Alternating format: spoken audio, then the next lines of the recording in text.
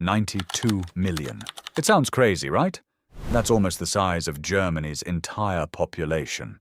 And that's how many jobs could disappear by 2030. Just one chatbot at a single company is doing the work of 700 customer service workers. 6 out of 10 Americans believe AI will kill jobs over the next 20 years.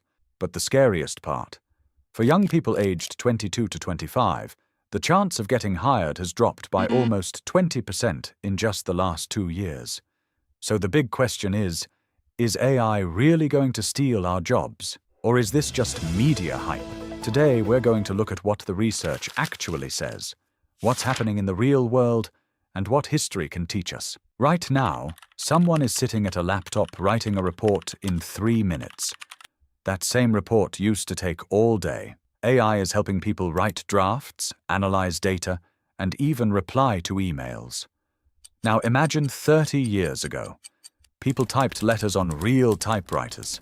Accountants did math by hand in big ledgers. Researchers dug through library books for hours. Everything took time, human effort, and sweat. When computers first came out, people were terrified. They thought clerks, accountants, and typists would all lose their jobs. And yes, some jobs did go away. But at the same time, we got brand new jobs like software engineers, data entry clerks, and IT support. So, will the same thing happen with AI? Or is it different this time? The World Economic Forum recently put out the Future of Jobs Report 2025. They talked to over 1,000 big companies across 55 countries, representing about 14 million workers. The report says 92 million jobs will be lost. The people losing these jobs are mostly clerks, data entry workers, bank tellers, and admin staff, people who have the hardest time learning new skills. A study from Stanford University's Digital Economy Lab shows exactly where this is hurting the most. They found that in fields heavily touched by AI, hiring for young people, ages 22 to 25, dropped by 13% to 20% in the last 2 years. But at the same time, hiring for experienced workers over 30 actually went up. Let's look at some numbers.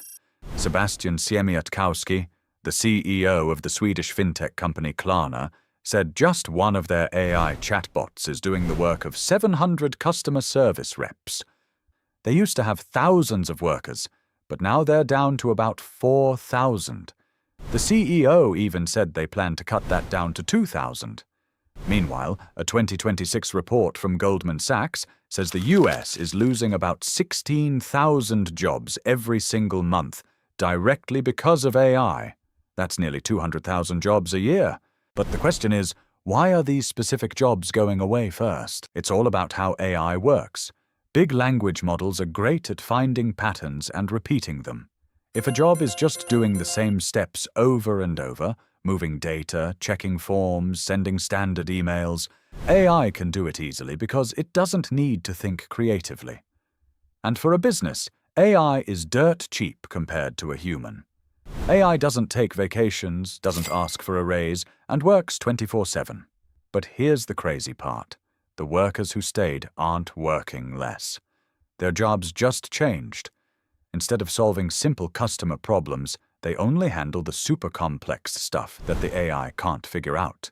The World Economic Forum report says 170 million new jobs will be created. But those are mostly high-skilled jobs like AI specialists, data analysts, and software engineers. So, the door that is closing and the door that is opening belong to two totally different groups of people. So, what's the real truth? AI isn't destroying the whole job market, but it is quietly wiping out entry-level jobs and repetitive tasks. If you're just starting out, the risk is very real. The big lesson here is that job security isn't about clinging to one job title anymore. It's about reinventing yourself all the time. The way you worked last year won't work this year. The question is, are you going to change on your own or wait until you're forced to? So guys, will AI take our jobs? The answer isn't black and white. But if you're willing to adapt, this massive change can actually be a huge opportunity, not a threat. That's it for today's video. Don't forget to share your opinion in the comments.